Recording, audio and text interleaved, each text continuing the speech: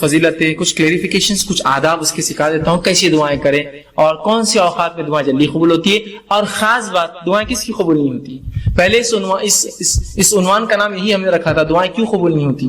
پھر پہلے میں نے کہا بہت چھوٹا عنوان ہو جائیں گے، ذرا وسعت لاتے ہیں، دعا مومن کا ہتھیار.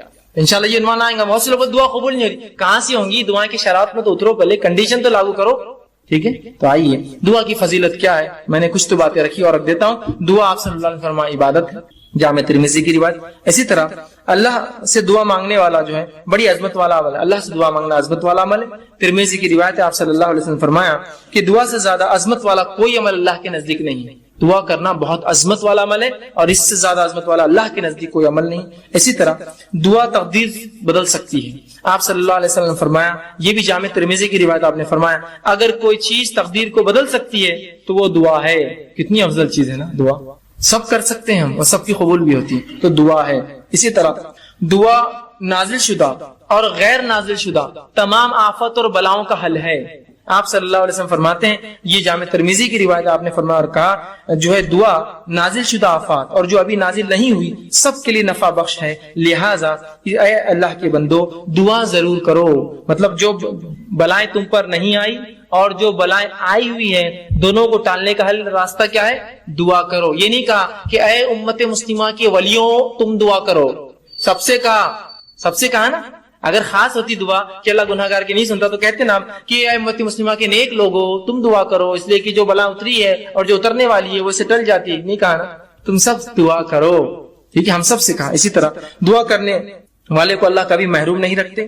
دعا کے لیے ہاتھ اٹھانا یہ مسنون ہے، سنت طریقہ یاد رکھیے. آپ ہاتھ اٹھانا چاہیے دعا کے لیے، لیکن ہاتھ بہت لمبے لمبے نہیں پھیلانا، سوائے اس کے کہ آپ صلی اللہ علیہ وسلم عموماً جب ہاتھ اٹھاتے تو ہاتھ نزدیک ہوتے، ملے ہوئے ہوتے. حدیث میں آتا ہے ہاتھ ملے ہوئے ہوتے. ٹھیک ہے، اور جب آپ بہت شدت ہوتی تو ہاتھ کو دور نہیں کرتے. ہمارے پاس شدت کی دعا ہاتھ کھولتے جاتا ہو نہیں.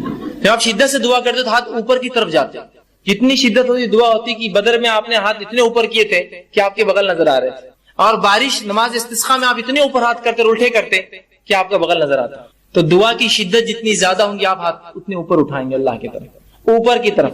یہ عاجزی کی علامت ہے. اور ظاہر سی بات ہے بندہ ہاتھ اٹھا رہا ہے مطلب کچھ مانگ رہا ہے، ایک بھیکاری کی حیثیت سے کھڑا ہے. ٹھیک ہے، عاجزی کی علامت ہے. میں یہ بھی نہیں کہوں گا کہ ہاتھ کھلے رکھنے دعا نیچے گر جاتی، ایسا نہیں ہے. یہ سب اللہ کا غائب کا معاملہ ہے، لیکن ہاتھ ملانا چاہیے اور ہاتھوں کو آپ اس کی شدت کے اعتبار سے کیجیے، اور قبلے رخ ہونا بھی یہ سنت ہے یاد رکھیں. ٹھیک ہے، تو آپ صلی اللہ علیہ وسلم فرمایا دعا کے لیے ہاتھ اٹھانا مسنون ہے. اور دعا جب کرتا ہے بندہ محروم. ابن ماجہ کی روایت آپ نے فرمایا اور کہا تمہارا رب بڑا حیا کرنے والا ہے اور بڑا سخی ہے، بہت دینے والا ہے. اس کو ایک تو شرم بہت آتی اور بہت سخی ہے، بہت دینے والا ہے. تو لہٰذا جب بندہ اس کے حضور میں ہاتھ اٹھاتا ہے تو اللہ کو شرم آتی ہے، میں کیسے نہیں دوں گا اس کو. ایک مطلب بہت حیا آتی ہے اس کو کہ کوئی اس کے در پر آئے مانگے اور وہ خالی ہاتھ چھوڑے.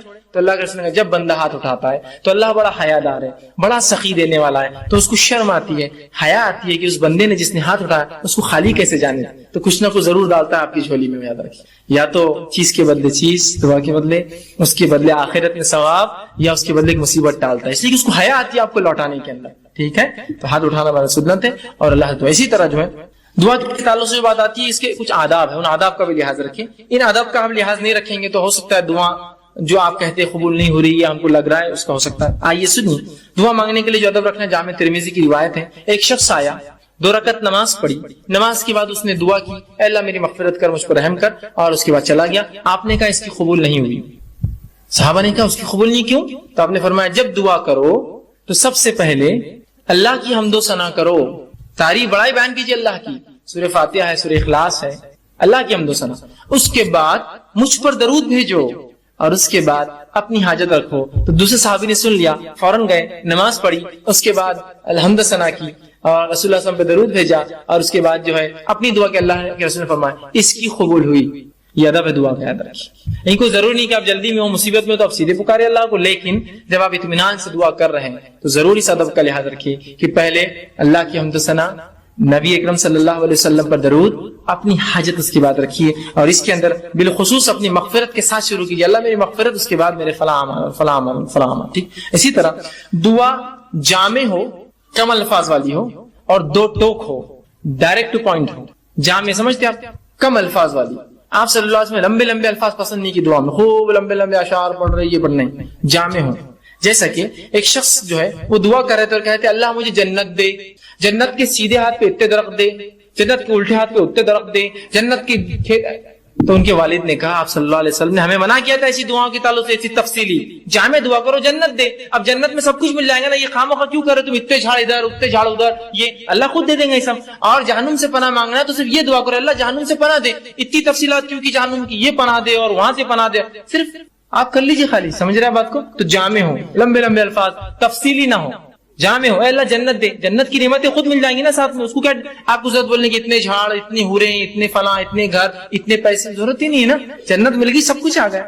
جہنم سے بچ گئے، سب کچھ ہو گیا. اتنا کیوں کہ اللہ جہنم کے وہ حصے سے نجات دے اور وہ حصے سے نجات دے اور وہ حصے سے، خالی آپ بول دیجیے بس. بات سمجھ رہے آپ؟ ٹھیک ہے. جامع ہو اور دو ٹوک. یہ دعا کوئی نہ کرے اللہ تو بہتر سمجھے تو دے. یہ دعا درست نہیں. کیوں؟ اللہ پہ کوئی اتھارٹی ہے کہ جو بہتر سمجھے گا اور نہیں سمجھے گا؟ اس کے پاس تو پوری ملکیت ہے، وہ تو دے ہی سکتا ہے. آپ مانگیے کیا مانگنا ہے آپ کو، بولیے اپنے ڈور اللہ یہ چیز مجھے خیر ہے تو دے دے، ختم.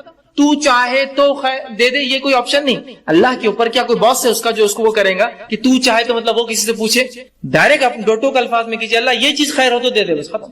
دو ٹوک ہو، مضبوط الفاظ ہو، جامع الفاظ ہو، کم الفاظ ہو اور اپ ٹو دا پوائنٹ ہو دعا اپنی.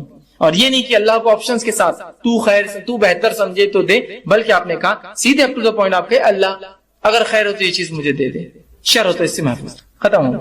دو ٹوک الفاظ میں کہے، یہ نہ کہے صحیح بخاری کی روایت یہ نہ کہے کہ جو اللہ تو چاہے تو، بلکہ اللہ کے اوپر کوئی بڑا نہیں، اس کا حاکم نہیں ہے کوئی، وہ خود سنتا ہے، لہٰذا دو ٹوک الفاظ میں دعا کرو. اسی طرح دعا مانگتے ہوئے دعا کی قبولیت کا آپ کو یقین رکھنا ہوگا دل میں. جب آپ شخص سے دعا کریں گے نا ہوتی نہیں ہوتی چلو کر لیں گے، لیکن آپ دعا نہیں ہوتی قبول آپ کی، اب نہیں ہوتی، چونکہ آپ ایسی بارگاہ میں جا رہے ہیں جو اتنا غنی ہے، جو کسی کو لوٹاتا نہیں ہے، اور وہاں جاتے وقت فقیر یہ سوچے کہ ملے گا نہیں ملے گا، چلو مانگ لیتے ہیں، پھر نہیں ملتا.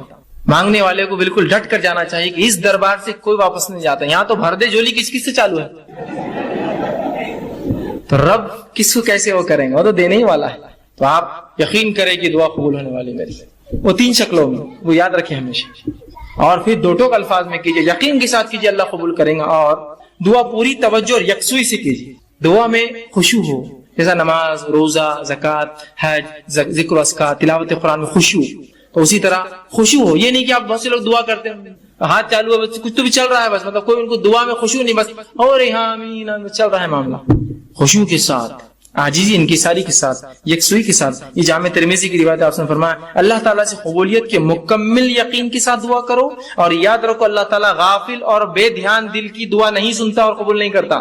غافل بے دھیان دل بس کر رہے اللہ بس میرے والدین کو فلاں کر دے، یہ غافل ہے. آپ ادھر دیکھ رہے ادھر دیکھ رہے، یہ کام کیسا چل رہا، وہ کیسا ہو رہا، مسجد میں کیا کیا ہو رہا، گھر میں کیا کیا ہو رہا ہے نا، تو پھر دعا قبول نہیں ہوتی، یاد رکھیے.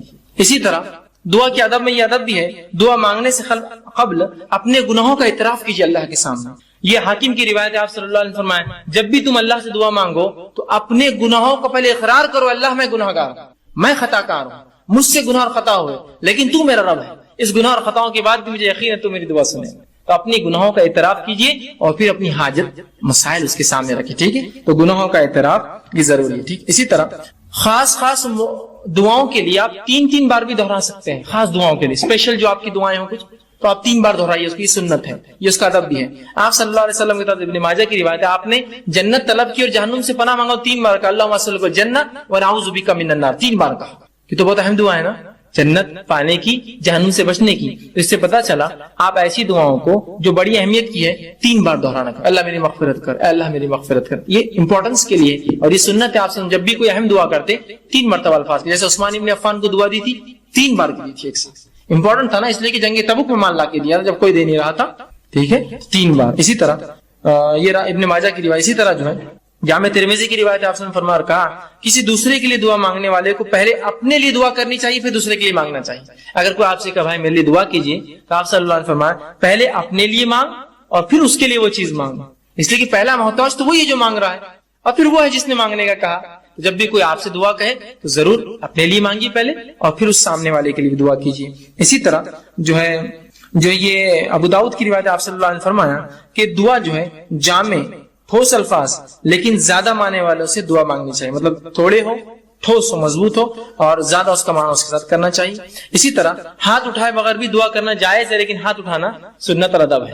ہاتھ اٹھائے بغیر بھی کر سکتے ہیں، جیسے کہ آپ صلی اللہ علیہ وسلم نے نماز کے اندر تشہد کے اندر دعائیں کی، اس میں ہاتھ تھوڑی اٹھا سکتا آدمی نماز کے تشہد میں، نماز کی مختلف ارکان میں، تو بغیر ہاتھ اٹھائے کی، تو بغیر ہاتھ اٹھائے کی بھی کر سکتے ہیں، ہاتھ اٹھا کے بھی کر سکتے ہیں۔ اسی طرح جو ہے دعا سننے والے کے لیے آخر میں آمین کہنا چاہیے، جو دعا سنے، جب کوئی دعا کرے آپ سن رہے ہیں تو آمین کہنا چاہیے، اس لیے کہ آمین کہنا یہ جو ہے اے اللہ قبول کر کے معنی میں ہے۔ صحیح مسلم کی روایت ہے، آپ نے فرمایا جب بندہ اللہ سے دعا کرتا ہے تو فرشتے آمین کہتے ہیں، اس کے لیے وہ دعا کر کے آمین کہتے ہیں۔ تو پتہ چلا فرشتے دعا پر آمین کہتے ہیں، مطلب ہم لوگ بھی جب دعا کوئی کرے تو آمین کہنا چاہیے اس کے اوپر، لیکن دعا گناہ کی نہ ہو اور خطے تعلق کی نہ ہو، یہ دو دعاؤں پہ نہیں کہنا چاہیے، چونکہ یہ دعائیں مانگنا غلط بھی، اللہ قبول بھی نہیں کرتا کہ گناہ کی کوئی دعا یا خطے تعلق، جیسا کوئی دعا کرا اللہ لڑکی کے لیے بھاگنا آسان کر دے، اسے لوگ کرتے ہیں ایسی دعائیں ہوتے ہیں نا دعائیں، تو بہرحال نوجوان اس لیے بول رہا ہوں تو یہ دعائیں نہیں قبول ہوتی، یہ تو گناہ کی ہے نا۔ آپ ایسی دعا اللہ سے کرتے ہیں اللہ میرے کو شراب کی نعمت عطا فرما، ہے نا، میرے لیے جوا چرس گانجا یہ سب آسان کر، میرے کلب کو جو سٹے کا ہے اس کو خوب چلا، ہے نا، لوگوں کو خوب بیمار کر تاکہ میرے دواخانے میں آئے۔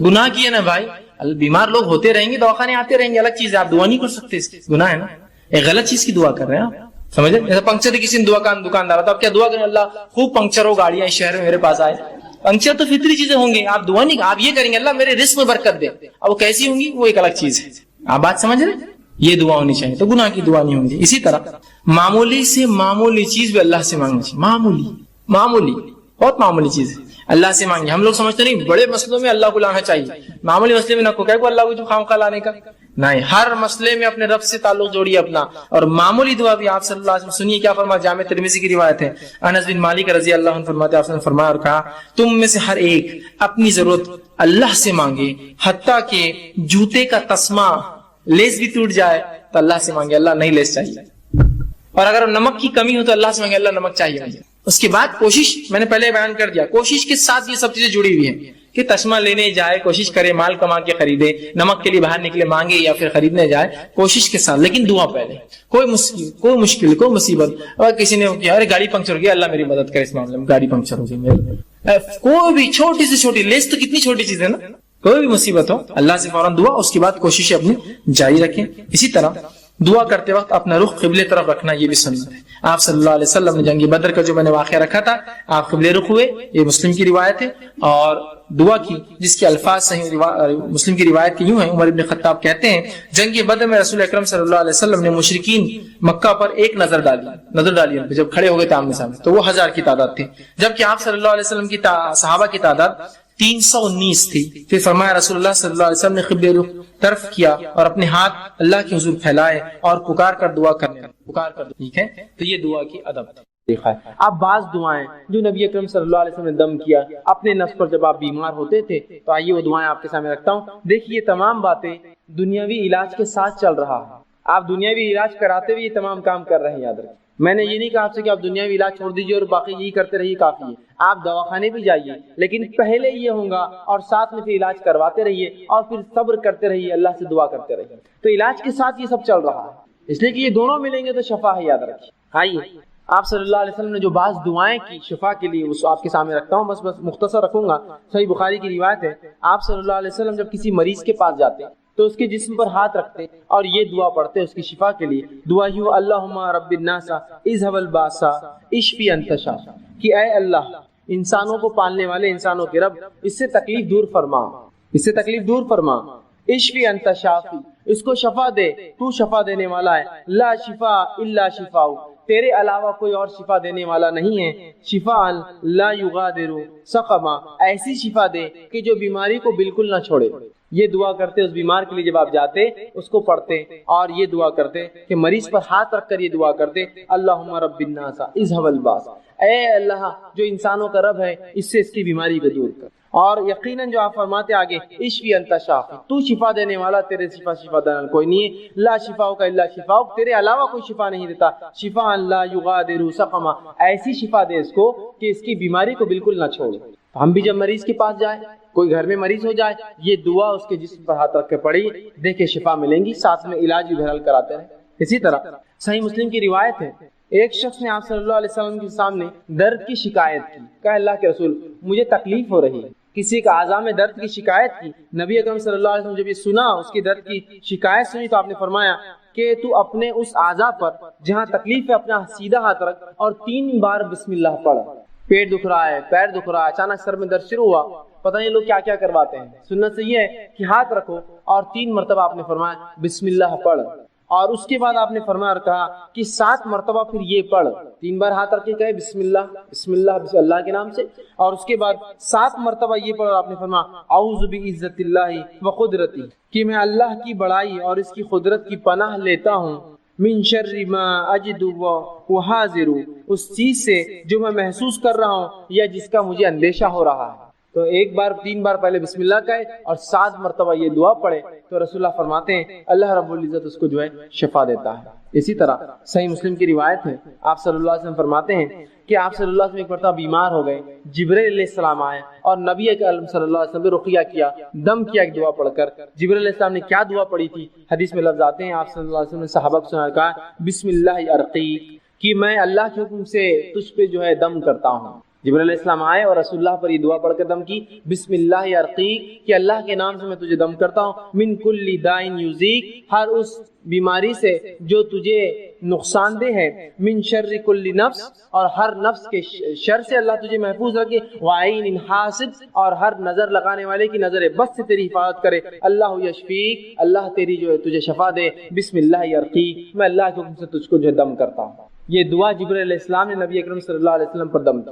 اسی طرح معوذتین آپ پڑھ سکتے، اسی طرح سورہ جو ہے فاتحہ پڑھ کر ہم دم کر سکتے ہیں. یہ تمام کے بڑے فضائل آتے ہیں، یاد رکھیں. ہم نے یہ تمام چیزیں بہرحال آج چھوڑ دی ہیں، اور ایسی تمام وہ دعائیں جو قرآن سے اور سنت نبوی سے ثابت ہے آپ پڑھ سکتے ہیں. میں نے تو 2-4 نمونے کے طور پہ رکھے.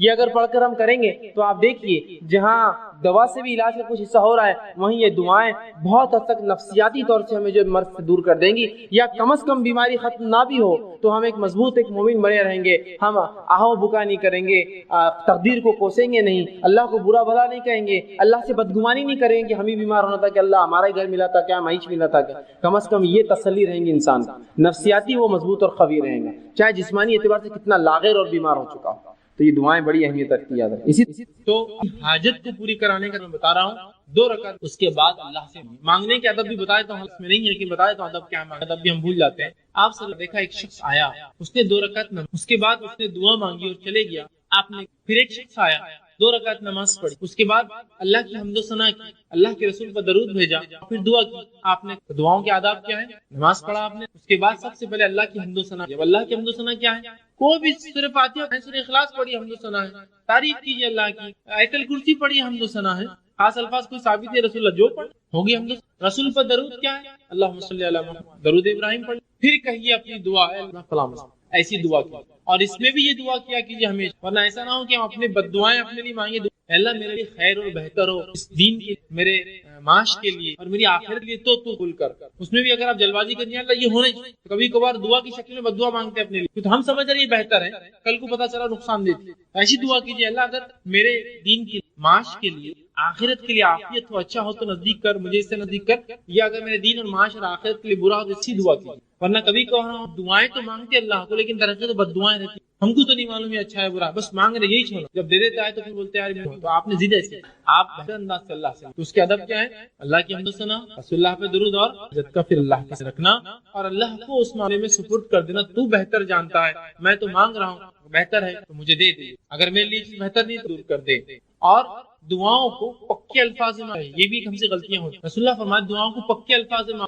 اے اللہ تو یہ چاہے تو ایسا کر دے، نہیں مانگنا. اللہ کو اس کے اوپر کون ہے جو اس کو چاہیں گا؟ اللہ کے اوپر کوئی اتھارٹی جو تو چاہیں گا تو اس کی، اللہ اگر بہتر ہے تو یہ میرے لیے کر دے. پکے الفاظ سمجھے، رسول اللہ فرمایا دعائیں پکے الفاظ میں کیا کرو، کچے الفاظ اے اللہ اگر تو بہتر سمجھے تو کر دے. کیوں؟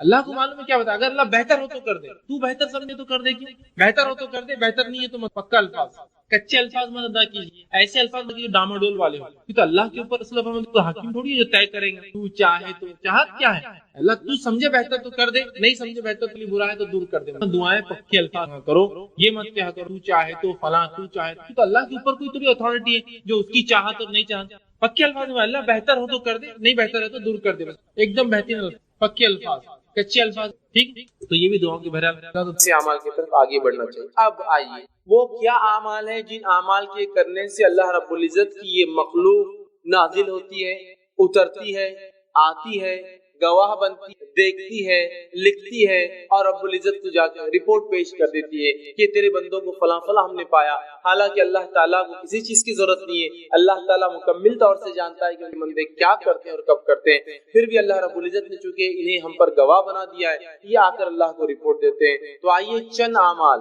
میں یقیناً آج پورے وہ عمل نہیں رکھ سکوں گا جن اعمال کی وجہ سے یا بدولت فرشتے اترتے ہیں، لیکن انشاءاللہ ان میں سے کچھ اعمال ضرور رکھوں گا. اور جو عمل میں نے خاص چنے ہیں یہ وہ عمل ہے جو کرنے میں کوئی بہت محال نہیں، مطلب بہت خطرناک والے عمل نہیں رکھ رہا ہوں کہ فرشتے فلاں کے لیے آ جائیں گے. یہ وہ اعمال ہے بہت چھوٹے ہیں. چھوٹے سے مراد ہماری مشقت کے اعتبار سے اللہ کے نزدیک بہت بڑے، اس لیے تو فرشتے اتر رہے ہیں، لیکن ہماری مشقت اور تکلیف کے اعتبار سے بہت چھوٹے ہیں، لیکن اللہ کے بعد بہت درجہ رکھتے ہیں. تبھی تو اللہ رب العزت کم مشقت والے اعمال پہ فرشتوں کو نازل کر دیتا ہے. تو میں نے ان کے چند اعمال آپ کے سامنے رکھوں گا، لیکن یقیناً یہ پورے اعمال نہیں ہے. ان اعمالوں میں سے کچھ اعمال ہے جن عمل کے کرنے سے، جن عملوں کے اور نیک عمل کے کرنے سے فرشتے اترتے ہیں، گواہ بنتے ہیں، دیکھتے ہیں، جو کہ برکت کا، رحمت کا، اللہ کی رضا کا اور انشاءاللہ عزیز سفارش کا ذریعہ بھی بنیں گے روز قیامت. ٹھیک ہے، برکت آئیں گی، رحمت آئیں گی، سفارش کریں گے. ٹھیک ہے، تو بہرحال آئیے وہ چند اعمال ہم دیکھتے ہیں. سب سے پہلا عمل جس عمل کے کرنے سے فرشتے نازل ہوتے ہیں، فرشتے آ جاتے ہیں، وہ عمل کیا ہے؟ ٹھیک، تو سب سے پہلا عمل یہ ہے جس کے کرنے سے انشاءاللہ عزیز فرشتے نازل ہوتے، وہ ہے کہ باوضو سے فرشتے نازل ہوتے. سونے کو انسان جا رہا ہے، کیسے سونا ہے؟ وضو کے ساتھ سونا ہے. بہت مشقت کا کام نہیں، سوائے کسی پاس اگر پانی نہ ہو تو، ورنہ کوئی مشقت کا کام نہیں. انسان نے وضو کیا، اور آج کل تو الحمدللہ میں سمجھتا ہوں ہیٹر کے ساتھ ساتھ کولر بھی ہوتے ہیں حمام کے اندر، کی ٹھنڈا پانی بھی ہو اگر گرمی زیادہ ہو تو، اور گرم پانی بھی ہو اگر سردی زیادہ ہو تو مشقت کم ہوتی ہے. لیکن ہو سکتا ہے کبھی مشقت ہو یا پانی نہ ملے، تو انسان اگر وضو کر کے سوتا ہے اور اگر اس حدیث کے عمل کے مطابق اس سے تو فرشتے نازل ہوتے ہیں، تو پھر میں سمجھتا ہوں یہ بہت ہی جو ہے نیکی کا اور برکت کا باعث بنتے ہیں. کیونکہ فرشتے ہر کسی کے لیے نہیں آتے. بات یاد رکھیے، یہ بات بھی بہرحال یاد رکھیے، فرشتے ہر کسی کے لیے نہیں اترتے ہیں.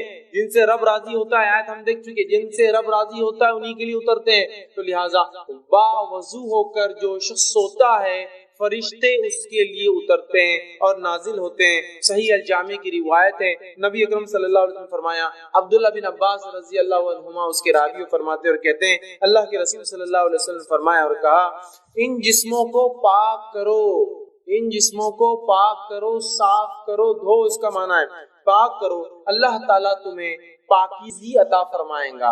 اگر جسموں کو پاک کرو گے تو اللہ پاکیزگی اعمال کے اعتبار سے، سوچ اور وچار کے اعتبار سے بھی انشاءاللہ عطا فرمائیں گا. اسلام میں پاکیزگی بڑی اہم چیز ہے. اور جب میں پاکیزگی کی بات کر رہا ہوں تو اپنے گھر کے حد تک کی پاکیزگی کی بات نہیں ہو رہی. پاکیزگی اپنے جسم کی، پاکیزگی جہاں ہم رہتے ہیں اس کی، پاکیزگی ہمارے محلوں کی، پاکیزگی جو ہمارے شہروں کی، اور پاکیزگی ہمارے ملکوں کی.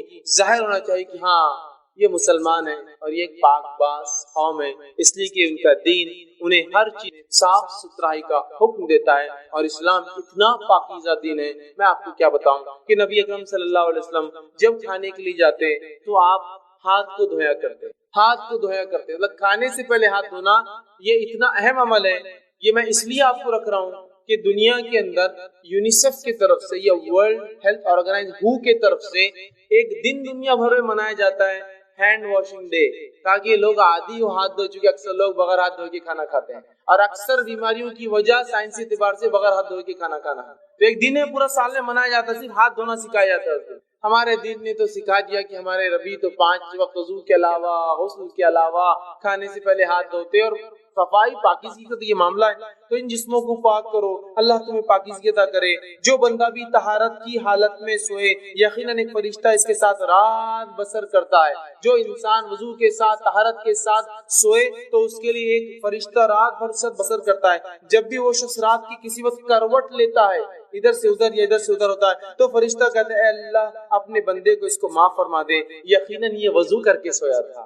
سبحان اللہ، وضو کر کے سویا، رات میں کروٹ لے رہا ہے، آرام اس کو مل رہا ہے، ایک فرشتہ تعینات ہے، رات بھر دیکھ رہا ہے، جب بھی اس نے کروٹ بدلی وہ اللہ سے دعا کرتا ہے اللہ اس کی مغفرت کر دے، اس کو بخش دے، وجہ یہ وضو کر کے سویا تھا، تیرا پاکیزہ بندہ ہے۔ دیکھیے کتنی بڑی بات ہے، صرف وضو کر کے، اور یہ وضو کر کے سونا یاد رکھیے اس حالت میں بھی ہے کہ اگر آپ کو غسل نہ بھی ہو تو، اس لیے کہ وضو ایک مستقل عبادت ہے، غسل ہونا نہیں ہونا ایک دوسری چیز ہے، حالانکہ غسل اگر نہ ہو تو وضو سے آپ عبادت نہیں کر سکتے، لیکن وضو خود عبادت ہے۔ نبی اکرم صلی اللہ علیہ وسلم جنابت کی حالت میں ہوتے، جنوبی ہوتے، لیکن آپ جو اپنے بیویوں سے ملتے تو سونے سے پہلے آپ نے فرمایا اگر غسل نہ کر سکے تو وضو کر لیا کرو، اس لیے کہ جنوبی مطلب جو آدمی جنابت کی حالت میں ہوتا، بیوی ہم بستری کیا ہوتا ہے، فرشتے اس سے دور بھاگتے ہیں، لیکن وضو کرنے سے نزدیک آ جاتے ہیں، تو وضو کر کے آپ سے، وضو مستقل عبادت ہے، تو وضو کا معمول رکھیے، وضو سے سویا کیجیے، غسل ہو نہ ہو، عورتیں ناپاکی کر لیکن وضو کر کے سوئے، حدیث میں وضو کرنے والے کی فضیلت ہے۔ انسان جنابت کی حالت میں وضو کر کے سوئے، اس لیے کہ وضو کرنے والے کی کروٹ پر فرشتہ کھڑا ہے، انتظار کر رہا ہے، کروٹ بھی وہ دعا کر رہا ہے، فائدہ تو ہمارا ہم نہیں لے رہے اور ایک فرشتہ ہمارا ہے۔ زمین کے اوپر تمام جو چیزیں ہیں ہم نے اسے رونق کا باعث بنا دیا، جو کچھ اللہ نے اس میں پیدا کیا، اس میں رکھا ہے، اور آگے فرمایا لہا لیبلوہم ایہم احسن عملا، تاکہ تمہیں آزمائے تم میں کون ہے جو اچھے اعمال کرتا ہے۔ تو گویا زمین پہ جو کچھ اللہ نے پھیلا رکھا ہے یہ اللہ رب العزت کا ایک ٹیسٹ ہے کہ اللہ فرما رہا ہے کہ ہم نے زمین پہ جو کچھ ہے اس کو زینت بنایا ہے، اور اس کے ذریعے ہم تمہارا امتحان لیتے ہیں کہ کون اس میں اچھے اعمال کرتا ہے۔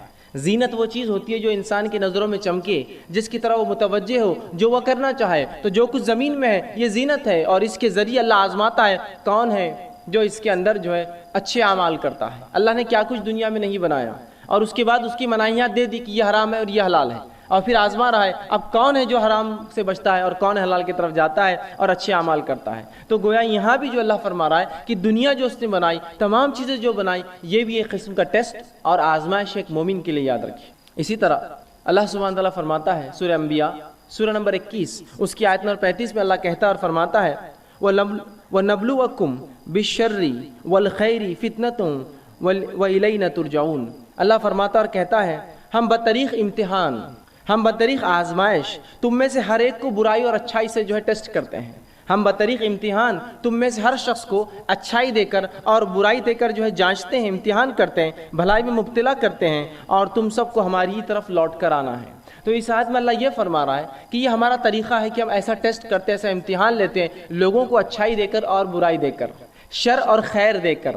شر اس اعتبار سے کہ ظاہری طور سے لگے مجھے کہ اگر میں ایمان پر چلوں تو دنیاوی نقصان ہوگا، مجھے لگتا ہے، لیکن اس میں آخرت کے اعتبار سے خیر ہے، یا اس اعتبار سے کہ اللہ ہمیں خیر دے دیتا ہے اور آزماتا ہے، کہیں شر کی طرف ہم متوجہ تو نہیں ہوتے۔ تو گویا اللہ نے جو خیر اور شر دیا ہے یہ دونوں کے ذریعے اللہ رب العزت ہمیں اور آپ کو آزماتا ہے، یاد رکھیے انسانوں کو آزماتا ہے۔ اس کا اصل مقصد ہی یاد رکھیے انسانوں کی آزمائش ہے۔ تو اللہ رب العزت نے اس چیز کو اعلان کر دیا کہ خیر اور شر کے ذریعے اللہ سبحانہ تعالیٰ مجھے اور آپ کو آزماتا ہے، یاد رکھیے۔ تو کسی چیز کا خیر ہونا، اس میں کیسی آزمائش ہو سکتی ہے؟ آزمائش یہ ہے کہ اللہ نے بہت ساری نعمتیں دنیا کی دے رکھی ہے، اب جانچنا چاہتا ہے کیا حرمت سے بچتے ہو یا حرام کاموں میں جو ڈوب جاتے ہو۔ اسی طرح کچھ نعمتیں اللہ دنیا کی چھین لیتا ہے اور پھر آزما کے دیکھتا ہے کیا شکر گزار بنتے ہو اللہ کے یا ناشکری کرتے ہو اس حالت کے اندر۔ تو گویا خیر اور شر دونوں کے ذریعے اللہ رب العزت میرا اور آپ کا، ہم تمام کا جو ہے امتحان لیتا ہے۔ اسی طرح جو ہے جب اللہ رب العزت مومنوں کو لیکن آزماتا ہے، ان کا ٹیسٹ لیتا ہے، تو یاد رکھیے اس آزمائش کا بدلہ بھی دیتا ہے۔ صرف آزمائش ہی نہیں کہ ہمیں صرف ٹیسٹ کیا جائے، آزمایا جائے، بلکہ اس آزمائش کا ہمیں بدلہ ملتا ہے۔ اور نبی اکرم صلی اللہ علیہ وسلم فرماتے ہیں، صحیح مسلم کی حدیث ہے، بہت زبردست حدیث ہے، یاد رکھیے اس بات کو آپ سمجھ گئے، حدیث میں جو بیان کی جا رہی ہے تو انشاءاللہ العزیز ہر آدمی جس حالت میں ہے اللہ کا شکر ادا کریں گا اور خوش زندگی گزاریں گا، افسوس زدہ نہیں ہوگا، پریشان نہیں ہوگا، جس طرح سے آج ہم چھوٹی چھوٹی مصیبتوں پر پریشان ہوتے ہیں۔ آئیے سنیے نبی اکرم صلی اللہ علیہ وسلم کیا فرماتے ہیں۔ آپ صلی اللہ علیہ وسلم ایک مجلس میں بیٹھے تھے، صحابہ آپ کے اطراف تھے، آپ مسکرائے۔ صحابہ نبی اکرم صلی اللہ علیہ وسلم کو دیکھتے رہے کہ آپ مسکرائے۔ جب آپ کا مسکرانا ختم ہوا تو اللہ کے رسول نے پوچھا، کیا تم مجھ سے پوچھو گے نہیں میں کیوں مسکرایا؟ کیا مجھ سے سوال نہیں کرو گے کہ میں اچانک کیوں مسکرایا؟ تو کہ اللہ کے رسول بتا دیجئے آپ کیوں مسکرائے؟ تو کہا میں اس لیے مسکرایا، اور آپ نے فرمایا کہ مومن کا معاملہ بڑا عجیب ہے، اس معاملے پہ مجھے مسکرانا آیا، میں ہنس پڑا۔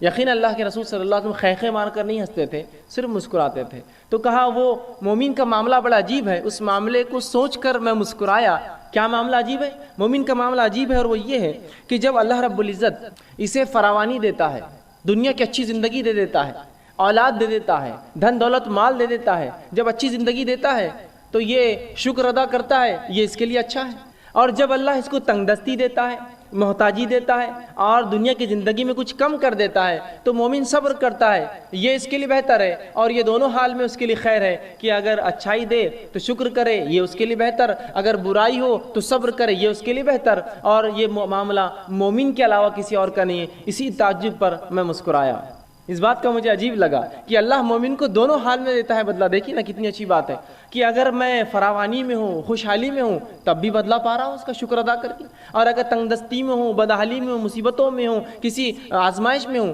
تب میں اللہ کے سامنے صبر کر رہا ہوں، اللہ سے اس کا اجر طلب کر رہا ہوں، یہ معاملہ بھی خیر ہے۔ گویا مومن کو مصیبت بھی فائدہ دے رہی ہے، مومن کو جو فراوانی فائدہ دے رہی ہے، تنگ دستی میں بھی معاملہ جو ہے، جس کو میں عام زبان میں کہوں گا کہ چیت بھی اور پٹ دونوں بھی آئے، مومن کی ہی جیت ہے۔ برے حالات آئے تو بھی اس کو فائدہ، اچھے حالات آئے تو بھی اس کو فائدہ۔ شکر ادا کرے اچھے حالت میں، اللہ بدلہ دے گا، صبر کرے برے حالت میں، اللہ بدلہ دے گا۔ تو مومن کا معاملہ عجیب ہے، رسول اللہ نے فرمایا، اور یہ معاملہ آپ نے حدیث میں فرمایا صرف اور صرف مومن کا ہے، مومن کے علاوہ یہ معاملہ کسی کا بھی نہیں، یاد رکھیے کسی اور کا نہیں ہے مسئلہ، صرف ہمارا معاملہ ہے جو ایمان کا دعویٰ کرتے ہیں، دونوں حال میں خوش ہوتے ہیں، دونوں حال میں بدلہ پاتے ہیں۔ اسی طرح جامع ترمذی کی روایت ہے، آپ صلی اللہ علیہ وسلم فرماتے ہیں جب مومن کو اللہ آزماتا ہے تو کیا ملتا ہے اس کے بدلے، سنیے۔ آپ صلی اللہ علیہ وسلم فرماتے ہیں آزمائش مومن پر آتی رہتی ہے، آزمائش مومنوں پر آتی رہتی ہے، اور ان کی جان میں آتی ہے، ان کے مال میں آتی ہے، ان کی اولاد میں آتی ہے۔ جان میں آنا، بیمار ہو گیا، معذور ہو گیا، جان پر بھی مسئلہ آ گیا۔ مال میں مصیبت آتی ہے، دھن دولت لوٹ گیا، تجارت ڈوب گئی، آگ لگ گئی، فلاں مسئلہ ہو گیا، لٹ گیا، تجارت اچانک ٹھپ ہو گئی، کم ہو گئی، تو یہ مال میں کمی ہو گئی۔ یا اناج اگا نہیں، کھیتی باڑی خراب ہو گئی، یہ مال میں کمی ہے۔ اور کبھی اولاد سے آزماتے ہیں کہ اولاد دیتے ہیں، کبھی چھین لیتے ہیں، دیتے ہیں تو معذور دیتے ہیں، پیدا ہوتی ہے تو کبھی مر جاتی ہے، یا کسی کو دیتے نہیں، اولاد میں آزمائش ہے۔ تو مومن کو اللہ رب العزت آزمائشتا ہے، اس کے جان میں، اس کے مال میں، اس کی اولاد میں۔ اور اللہ کے رسول آگے فرماتے ہیں حتیٰ کہ جب وہ اللہ سے ملتا ہے، اللہ اس کو آزماتے رہتا پوری دنیا میں، حتیٰ کہ جب اپنے رب سے ملتا ہے تو اس پر کوئی گناہ باقی نہیں رہتا، سب کا اس کو دنیا کے اندر اس کے گناہوں کا بدلہ مل جاتا ہے۔ سمجھ رہے ہیں آپ بات کو؟ تو گویا اگر مومن پر کوئی آزمائش آتی ہے تو اس آزمائش کے عوض اس کے گناہ جھڑ جاتے ہیں، گناہ کم ہو جاتے ہیں۔ اور نبی اکرم صلی اللہ علیہ وسلم نے حدیث میں بیان کیا اور فرمایا اگر مومن کو کانٹا بھی چبھتا ہے تو اس کا بھی اجر لکھا جاتا ہے، اس کے گناہ معاف ہوتے ہیں۔ سبحان اللہ، تکلیف میں اٹھا رہا ہوں، اس کا بھی بدلہ پاتا ہوں۔ آپ ایک مرتبہ باہر نکلے صحابہ کے ساتھ فجر کی نماز کے بعد، ایک جھاڑ تھا سامنے، جو سردی کا موسم تھا اور پتے اس کے سوکھ چکے تھے، پتجھڑ تھا وہ۔ آپ آئے، صحابہ آپ کے ساتھ تھے، آپ نے اس جھاڑ کو پکڑ کر ہلایا۔ جب جھاڑ کو ہلایا تو کچھ پتیاں گرنے لگی جو کہ سوکھ چکی تھی۔ نبی اکرم صلی اللہ علیہ وسلم فرمایا جب تم میں سے کوئی شخص بخار میں مبتلا ہو جاتا ہے، بیمار ہو جاتا ہے، بالخصوص بخار آتا ہے جسمانی، تو اس کے گناہ ایسے ہی جھڑتے ہیں جیسے جھاڑ کے پتے میرے ہلانے سے جھڑے ہیں۔ سبحان اللہ، دیکھیے تکلیف آزمائش ہے، آزمائش پہ صبر کر رہا ہے تو بدلہ بھی پا رہا ہے، اور اس حد تک بدلہ ملتا ہے کہ جامع ترمذی کی روایت کے مطابق مومن آزمایا جاتا ہے اس کے مال میں، اس کی دولت کے اندر، اس کی جان کے اندر، اس کی اولاد میں، حتیٰ کہ جب اپنے رب سے اس کی ملاقات ہوتی ہے موت کے بعد تو تب گناہوں سے بری ہوتا ہے، گناہوں سے پاک ہوتا ہے۔ اور ظاہر سی بات ہے جب انسان گناہوں سے پاک ہوگا تو اس کا ٹھکانہ میں سمجھتا ہوں سب جانتے ہیں، جنت کے علاوہ کچھ نہیں ہو سکتا ہے۔ تو آپ دیکھ رہے ہیں، تو گویا آزمانا اللہ کی سنت ہے، اور آزمائش کا مومن کو بدلہ ملتا ہے۔ اچھے اگر حالات ہے تو شکر کرے، برے حالات ہے تو صبر کرے، دونوں حالات میں مومن اس کا بدلہ پاتا ہے۔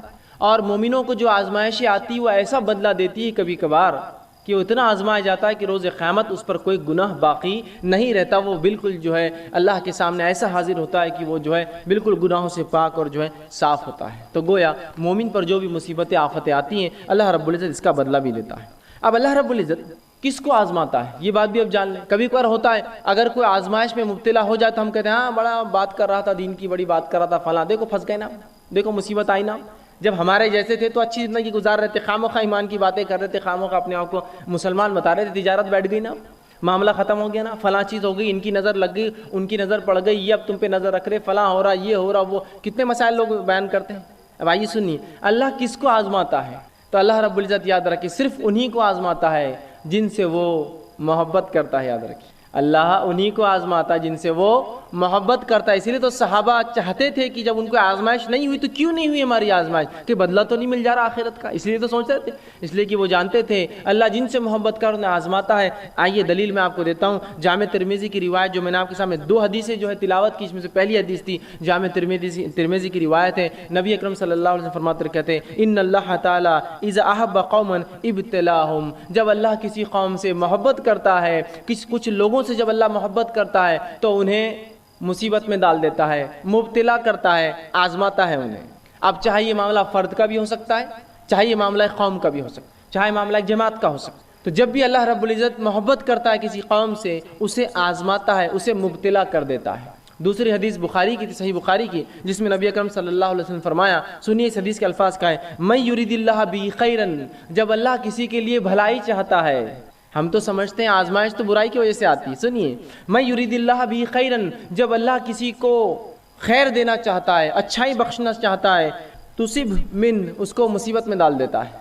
اس لیے کہ جب مومن مصیبت میں آتا ہے تو مصیبت کا اس کو بدلہ ملتا ہے. تو جب اللہ کسی مومن کے لیے خیر چاہتا ہے اسے مصیبت میں ڈال دیتا ہے, اور مصیبت میں مومن پڑھ کر اگر صبر کرتا ہے تو اس کا بدلہ پاتا ہے, اور اتنا بدلہ پاتا ہے صبر کے مطابق کہ آخرت میں جب رب کے پاس حاضر ہوں گا تو کوئی گناہ اس پہ باقی نہیں رہے گا. تو اللہ جس سے ناراض ہوتا ہے ان کو تو عذاب دیتا ہے, آزماتا. آزمائش اور عذاب الگ چیز ہوتی ہے. ان کو پہ عذاب آتا ہے, زلزلے آتے ہیں, طوفان آتے ہیں, اور پتہ نہیں کیا کیا ہوتا ہے. لیکن جب کسی قوم کو وہ محبت کرتا ہے تو ان کو مبتلا کرتا ہے, ان کو آزماتا ہے کچھ چیزوں سے. جیسا کہ اگر میں دعویٰ کروں میں ایمان لایا تو اللہ آزماتا پھر بیماری دے کر, کہیں بیماری میں شرک تو نہیں کرتا ہے یہ تو دعویٰ کیا مجھ پر توحید کا, ایک اللہ کو ماننے کا, اب بیماری دو اس کو دیکھتے ہیں شرک کرتا ہے کیا, اولاد مت دو اس کو دیکھتے ہیں یہ کسی اور کے در پر تو نہیں جاتا اور جھکتا ہے, چلو آزماؤ. اب اس نے دعویٰ کیا نا ایمان کا, تو یہ ابتلا مبتلا یہ آزمائش ہے, وہ عذاب ہوتا ہے جس میں لوگ ہلاک اور برباد ہو جاتے ہیں.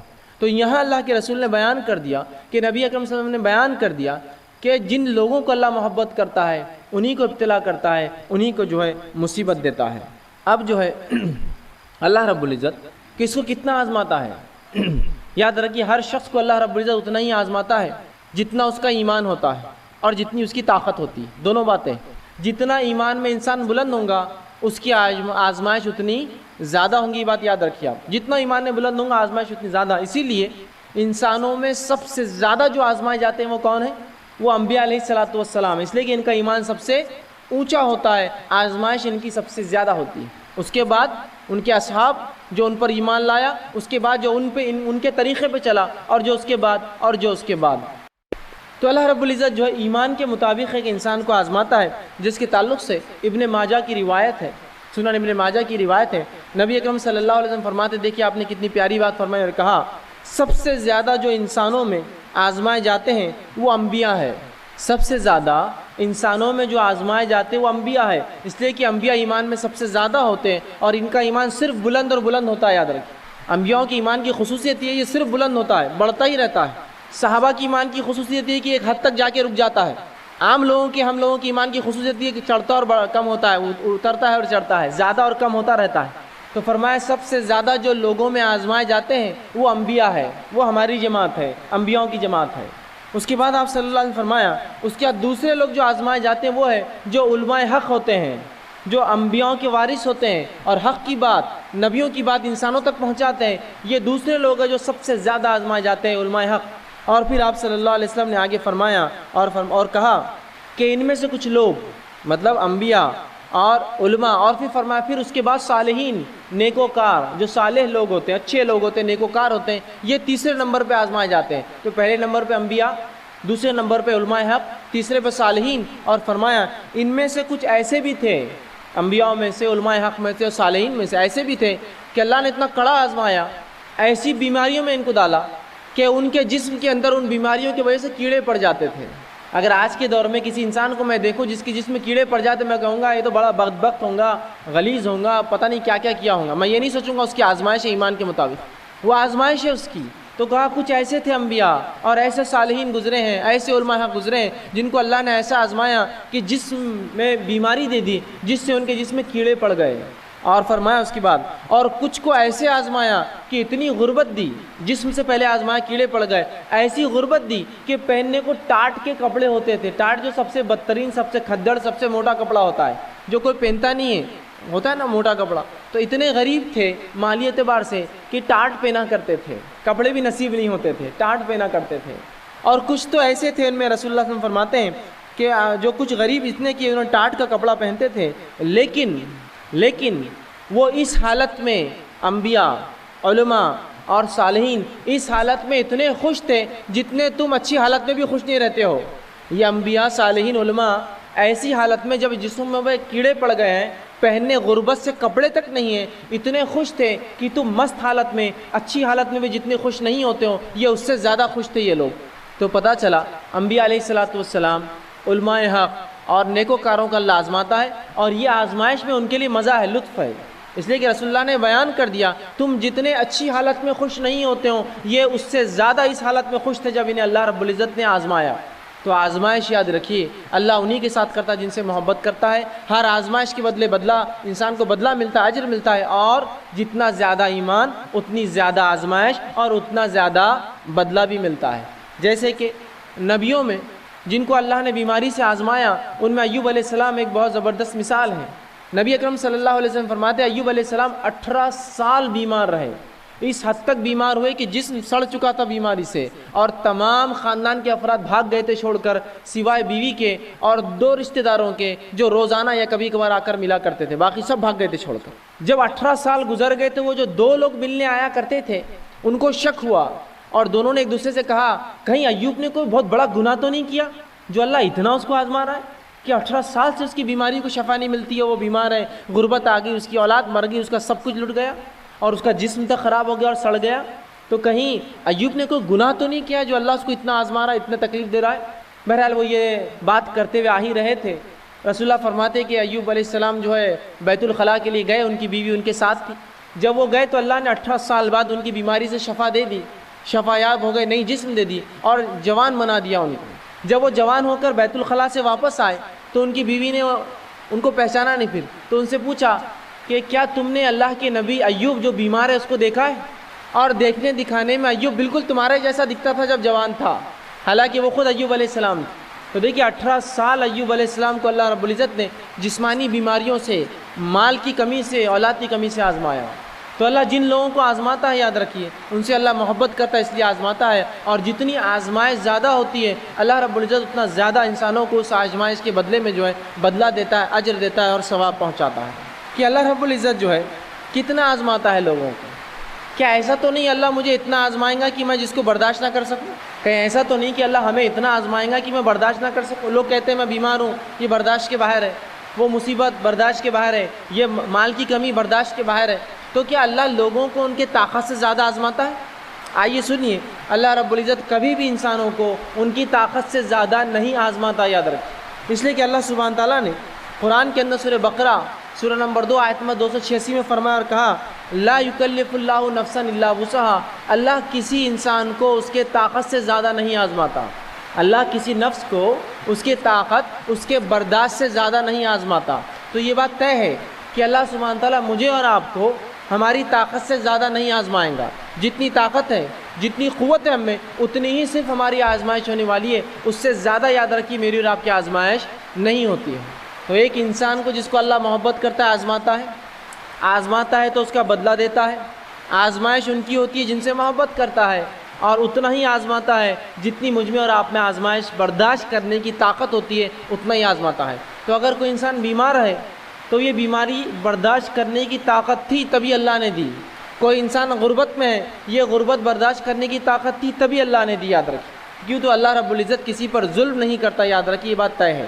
اب آئیے آگے ہم دیکھتے ہیں، جب ہماری آزمائش ہو، اور ایسی آزمائش جو بھی آزمائش آئے وہ ہم برداشت کر سکتے ہیں، ہم ایسی حالت میں کیا کریں؟ جب اللہ ہمیں آزما رہا ہے تو ہم ایسی حالت میں کیا کریں؟